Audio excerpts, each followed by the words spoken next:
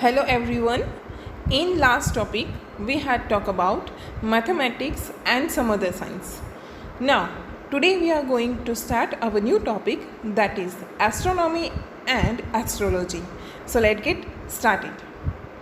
Astronomy is the most ancient science. Astronomy मतलब कि खगोल शास्त्र. तो एस्ट्रोनॉमी है वो सबसे प्राचीन है.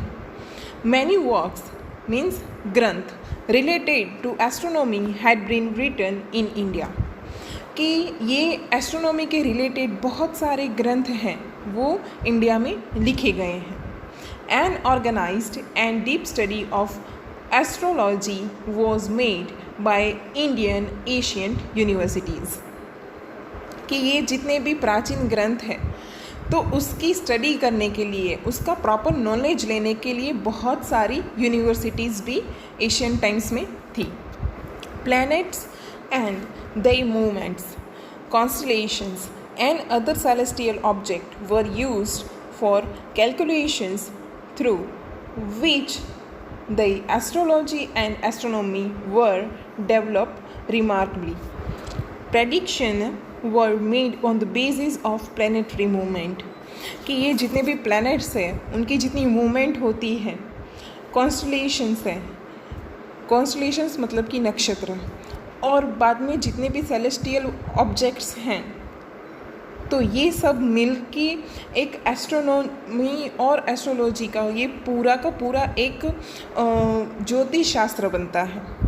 तो जिसकी वजह से इसका बहुत ज़्यादा डेवलपमेंट हुआ और इनकी मूवमेंट के अकॉर्डिंगली हमें प्रेडिक्शंस मतलब कि आगाही कि कोई चीज़ होने वाली होती है तो उससे पहले हमें पता चल जाता है.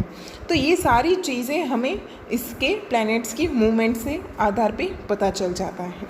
Aryabhata made a remarkable contribution in the field of astronomy. कि एस्ट्रोनॉमी का जो फील्ड है उसमें आर्यभट्ट का सबसे ज़्यादा योगदान है. So the first Indian satellite was named Aryabhatta on his name. कि इसकी वजह से इंडिया का जो सबसे पहला सैटेलाइट भेजा गया था उसका नाम आर्यभट्ट रखा गया था. He declared that the earth rotates on its own axis and he proved that the basic reason for lunar eclipse in the shadow of the earth, which was addressed as Ajarbar by the scholars. कि Asian times में ही आर्यभट्ट ने ये बता दिया था कि जो अर्थ है वो सिर्फ अपने ओन एक्सिस के ऊपर ही रोटेट करती है. जो इक्लिप्स होता है, लूनार इक्लिप्स, तो उसका बेसिक रीज़न क्या है कि जिसकी वजह से अर्थ पे उसका शेडो आता है. कि जिसको जितने भी स्कॉलर्स थे, विद्वान थे, वो सब उसको अजरभर नाम से उनको बुलाते थे. एड्रेस्ड मतलब कि कोई चीज़ को संबोध करना. In the same manner Brahmagupta popularised the law of gravitation in his book ब्रह्म सिद्धांत. कि इसी तरीके से ब्रह्मगुप्त ने ब्रह्म सिद्धांत नाम का ग्रंथ दिया हुआ था जिसके अंदर ग्रेविटेशनल फोर्स के ऊपर जितने भी उसके लॉज थे वो सारे वही बुक के अंदर उन्होंने बताए थे. Varamihi was the greatest astrologer and astronomer who divided astrology into 3 sections: तंत्र, होरा एंड संहिता. कि जो वरामिहि थे वो बहुत ही विद्वान थे, एस्ट्रोलॉजर और एस्ट्रोनॉमर थे, जिन्होंने एस्ट्रोलॉजी मतलब कि जो खगोल जिसको कहा जाता है, तो उन्होंने पूरे ज्योतिष शास्त्र को 3 सेक्शन में डिवाइड किया: तंत्र, होरा और संहिता. His Granth, named Brihad Samhita, gives information regarding effects of planets on man's nature, his characteristics, various classes of animals, the time of marriage, ponds, wells, gardens and good omen for sowing.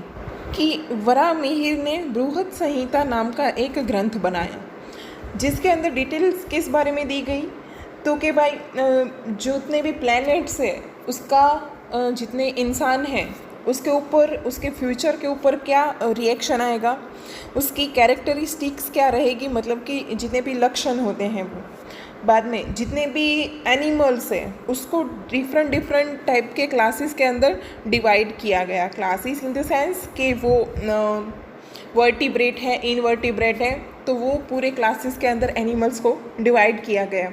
बाद में marriage के बारे में बताया गया कि future में जो मैरिज कोई भी पर्सन के किस तरीके से होंगे या क्या होगा, तो उसका पूरा डिटेल्स उसके अंदर दिया गया था।